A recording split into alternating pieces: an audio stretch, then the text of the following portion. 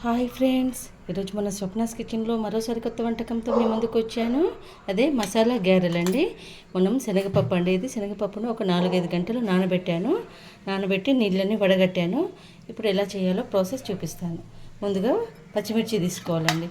ఒక 7-8 పచ్చిమిర్చి తీసుకొని మిక్సీ జార్లో వేసుకోవాలి. పచ్చిమిర్చి వేసుకున్నాక శనగపప్పు అండి, మనం మొత్తం పప్పు వేయొద్దండి, కొంచెమే పప్పు వేసుకోవాలి. చూడండి, కొంచెం పప్పు వేసి కొంచెం ఉప్పు వేయాలి. ఉప్పు నేను 1.5 స్పూన్ వేసాను. కొంచెం ఎర్రకారం కూడా వేయాలండి, పూర్తిగా పచ్చిమిర్చే కాదు, ఇలా కొంచెం కారం పడుతుంది. ఎర్రకారం కూడా వేసేసి జీలకర్ర, ఎల్లిపాయలు వేయాలి. జీలకర్ర, వెల్లిపాయలు కూడా వేయాలి. మీరు పప్పును మిక్సీలో కచ్చపచ్చగా చేసుకోవాలండి, పూర్తిగా మెత్తగా చేసుకోవద్దు. అందులో మనం పక్కకు పెట్టుకున్నాం కదండి, గుళ్ళపప్పు కలపాలి. మిగతాదంతా పప్పు ఊరికేనే మిక్సీ చేసేయాలి, ఇందులో ఏం వేయని అవసరం లేదు. చూడండి, ఇలా పప్పును మిక్సీ కచ్చపచ్చానే పట్టుకోవాలి, మెత్తగా పట్టద్దు. మసాలా గ్యారెలకు ఎప్పుడు కానీ పప్పును మెత్తగా మిక్సీ పట్టొద్దండి. మనం సెకండ్ ట్రిప్లో ఎందుకు ఉట్టిది నింపుకున్నామంటే, ఫస్ట్ ట్రిప్లో మనకు కావాల్సిన మసాలాలన్నీ వేసుకున్నాం కాబట్టి సెకండ్ దాంట్లో ఉట్టిదే వేసుకున్నాం.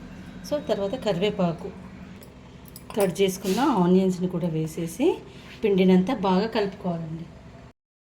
చూడండి, మనం ఈ పిండిని ఇలా మొత్తం మిక్స్ అయ్యేలాగా కలుపుకోవాలి. ఇందులో మనం పిండి ముద్దను తీసుకొని ఇలా రౌండ్గా చేసుకొని, చేతితో చేసుకునే ఎక్స్పీరియన్స్ ఉంటే చేసుకోవచ్చు, లేదంటే ఇట్లా కవర్ మీద కొంచెం చూడండి ఇలా ప్రెస్ చేసుకొని 2 ఫింగర్స్ తోటి మనం గారెలా ఒత్తుకొని, ఇలా అంటే బ్యాక్ సైడ్ నుంచి ఇలా వచ్చేస్తుంది. ఆయిల్లో వేయటమే.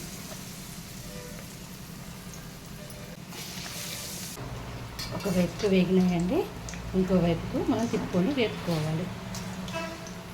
తిప్పుతూ వేపుకుంటే మన మసాలా గారెలు రెడీ అయిపోతాయి. మీరు కూడా ఇలా చేసుకొని ఈజీ రెసిపీస్ ఎలా ఉన్నాయో కామెంట్ బాక్స్లో కామెంట్ పెట్టండి. నా వంటలు మీకు నచ్చితే లైక్, షేర్ అండ్ సబ్స్క్రైబ్ చేయండి నా ఛానల్కి, స్వప్నాస్ కిచెన్.